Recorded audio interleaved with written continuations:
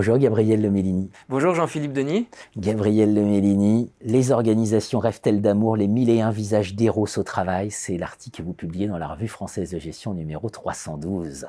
On ne s'attend pas à lire sur l'amour dans la revue française de gestion, et peut-être que c'est une erreur précisément de ne pas penser amour pour penser l'entreprise. Oui, et pourtant, c'est vraiment l'idée de fond de l'article, c'est-à-dire les sciences de gestion paraissent s'être construites sur un idéal de rationalité, d'acteur froid, calculateur, qu'on retrouve finalement un peu en finance ou dans les théories classiques.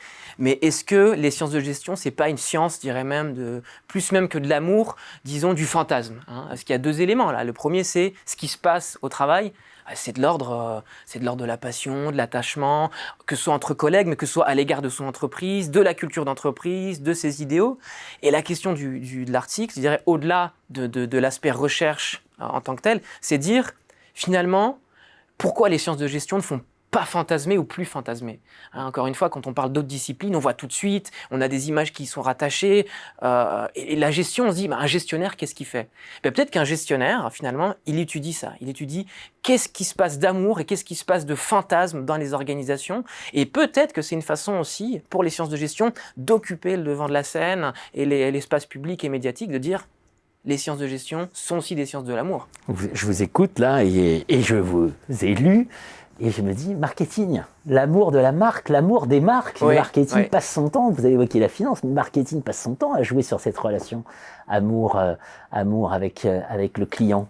Complètement. Et on pourrait encore prendre d'autres disciplines, hein, mais même la finance, quelque part, elle joue avec une forme même de fantasme, peut-être même de pulsion. Ça, c'est, en tout cas, l'idée de prendre l'amour comme un cadre général, on pourrait presque voir ça comme un programme de recherche en soi, voire même, pour emprunter un terme de Barthes, qui est omniprésent dans l'article, comme une nouvelle mythologie. Hein. L'amour comme une nouvelle mythologie de la gestion. Et de dire finalement, ce discours amoureux dont Barthes déplorait qu'il était très solitaire, dont personne n'en parlait et ne le prenait en charge, si les sciences de gestion finalement le prenaient en charge, est-ce que là, il n'y aurait pas à la fois peut-être tout un champ intellectuel à explorer, et à la fois tout un espace médiatique qui finalement est laissé pour compte et que les gens prennent eux-mêmes. Sur les réseaux sociaux, on parle beaucoup effectivement de likes, on a des phénomènes aussi passionnels d'identification ou de rejet à l'égard. Beaucoup de haine aussi. Complètement, à l'égard de son travail, il y a aussi un désamour, on parle beaucoup de haine sur les réseaux sociaux de manière générale, et finalement, on se dit la gestion, paradoxalement, qui a une image très froide, qui ne fait pas fantasmer,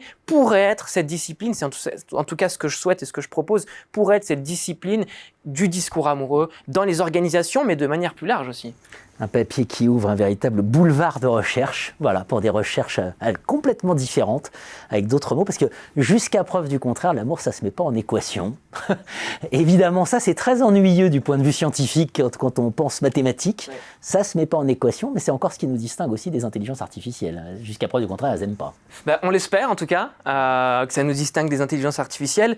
Et c'est vrai, si on peut, en tout cas si je peux insister là-dessus, c'est vrai qu'en posant la discussion au niveau de l'amour, il se passe au moins une chose, c'est que là on ouvre effectivement un programme de recherche, on ouvre en tout cas des perspectives que je ne suis pas le seul à avoir vu, mais en tout cas que d'autres ont vu avant moi, et je dis là il y a quelque chose à explorer. On parlait de marketing, mais on peut parler par exemple tous les risques psychosociaux dont on parle en entreprise, ils ont aussi des enjeux à mon avis d'attachement et passionnel très forts. Hein. On parle quand même dans les cas de burn-out d'idéalisation. Il ne faut pas non plus idéaliser, puisqu'on parle d'idéalisation, ce que peut apporter l'amour. Hein. Les phénomènes de rivalité, de jalousie entre collègues, de déception, de rancune, tout ça, ça existe au travail. Quand on perd son travail, il y a des phénomènes de deuil aussi qui peuvent être très forts. Donc, là où le recours à Barthes crée aussi peut-être une nouvelle mythologie en gestion, c'est de dire adoptons ce vocabulaire-là, cette grammaire, et n'ayons pas peur de le faire, parce que peut-être aussi, pas seulement à la gestion, mais d'autres disciplines, n'ont pas osé peut-être aller sur ce terrain-là, l'aborder. Vous dites peut-être par crainte de ne pas paraître scientifique, par crainte de ne pas le mettre en équation et de ne pas le maîtriser. Mais c'est ça aussi qui fait la force de la gestion comme discipline, qui n'est pas seulement une discipline calculatrice et froide, mais c'est d'aller comprendre qu'est-ce qui se passe au travail. Et ce qui se passe au travail, c'est peut-être beaucoup de l'amour aussi. C'est peut-être beaucoup de l'amour. Alors, si Valérie Trierweiler n'avait pas préempté le titre, je vous dirais merci pour ce moment. Merci beaucoup, Jean-Philippe. Puisqu'on parle d'amour. Merci à vous.